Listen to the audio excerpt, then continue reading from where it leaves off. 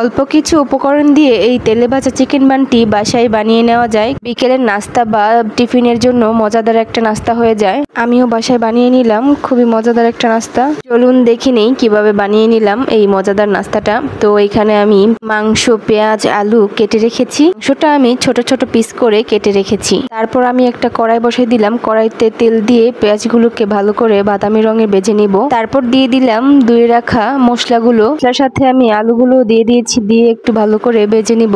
ভালো করে নেড়েচেড়ে ভাজা হয়ে আসলে এর মধ্যে আমি দিয়ে দিব সব মশলাগুলো। দিয়েছি আদা রসুন বাটা, মরিচ, গরম মশলা ফাঁকি, স্বাদ মতো লবণ দিয়ে কষিয়ে নিব। তারপর আমি দিয়ে দিলাম কেটে রাখা মাংসগুলোর সাথে আমি কিছু পেঁয়াজও দিয়েছি। ভালো করে কষিয়ে নিব। ভালো করে নেড়েচেড়ে যখন কষানো হয়ে যাবে এর মধ্যে আমি দিয়ে দিব কিছুটা পরিমাণে টমেটো সস। টমেটো সসটা দিয়ে আমি আর কিছুক্ষণ কষিয়ে নিব। তারপর আমি একটা ঢাকনার সাহায্যে ডেকে দিব কিছুক্ষণ, যাতে মাংসটা ভালো করে সিদ্ধ হয়ে যায়। মাংসটা কিছু ক্রিমি ভাপানোর জন্য এখানে আমি দুধ আর ময়দা মিক্স করে নিয়েছি। ঢাকনা খুলে দুধ আর ময়দাটা আমি মাংসের মধ্যে দিয়ে দিলাম। এটা ক্রিমি ভাব চলে আসবে। তারপর আর কিছুক্ষণ রান্না করে নিলেই আমার এই ডোটা রেডি হয়ে যাবে। তো এইদিকে আমার ডোটাও রেডি হয়ে গেল। এখন আমি টেবিল চামচ গুঁড়ো দুধ, 1 টেবিল চামচ ইস্ট আর 1 টেবিল চামচ চিনি নিয়ে তারপর পানির মাধ্যমে এটা গুলিয়ে নিব। গুলানো হয়ে গেলে এটা আমি রেখে দিব এক সাইডে। তারপর এখানে আমি নিয়ে নিলাম 2 কাপ ময়দা। 2 কাপ ময়দায় আমার অনেকগুলো চিকেন বান হয়ে যাবে। গুলে রাখা ইস্টের পানিটাই আমি ময়দার মধ্যে দিয়ে দিলাম। দিয়ে এখন ময়দাটা মেখে নিব।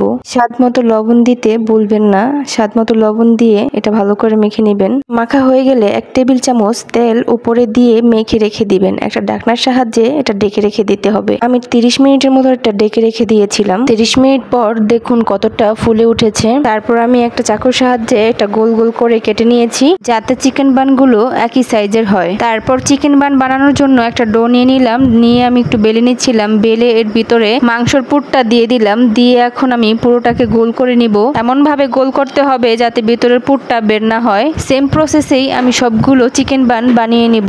এইদিকে আমার সবগুলো চিকেন বান বানানো হয়ে গেছে। ফ্রাই প্যানের মধ্যে অল্প কিছু পরিমাণে তেল দিয়ে আমি এই মিডিয়াম আঁচে এই চিকেন বানগুলো ভেজে নিব। চিকেন বানগুলো হতে বেশি সময় লাগে না, 5 থেকে 10 মিনিটের মধ্যেই হয়ে যায়। তারপর আমি একটা ঢাকনার মাধ্যমে ডেকে দিলাম। ডেকে দিয়ে কিছুক্ষণ ভেজে নিব। তারপর আমি আরেকটা চুলায় ফ্রাই প্যান বসাই দিলাম, যাতে চিকেন বানগুলো তাড়াতাড়ি হয়ে যায়। সবগুলো চিকেন বান দেওয়া হয়ে গেলে আমি একটা ঢাকনার সাহায্যে ডেকে দিব। 2 থেকে 3 মিনিট পরই এই চিকেন বানগুলোকে উল্টিয়ে দিতে হবে, কারণ এই চিকেন বানগুলো হতে বেশি সময় লাগে না। ঢাকনাটা উঠিয়ে আমি এখন সবগুলো চিকেন বান উল্টিয়ে দিব। সবগুলো উল্টানো হয়ে গেলে তারপর আমি আবার একটা ঢাকনার সাহায্যে ডেকে দিব, যাতে ওই পিঠটাও ভাজা হয়ে যায়। এক ফ্রাই প্যানেরটা উল্টিয়ে দিলাম। এখন আবার আরেক ফ্রাই প্যানেরটা উল্টিয়ে দিচ্ছিলাম। এটাও উল্টানো হয়ে গেলে আমি আবার একটা ঢাকনার সাহায্যে ডেকে দিব।